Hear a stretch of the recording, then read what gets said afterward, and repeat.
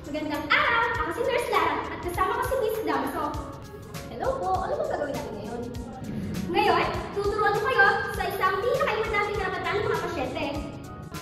Ang karapatan na ma-inform tungkol sa inyong karapatan at tungkulin. Sino kaya ang mga karapatang ito? Correct! Si Miss Damso at ang mga pasyente. Talaga? May karapatan pala ako? Oo, halimbawa, pwede kang makatanggap ng ligtas at hindi kalidad ng serbisyo. May privacy ka at pwede ka mag-desisyon tungkol sa iyong gamutan.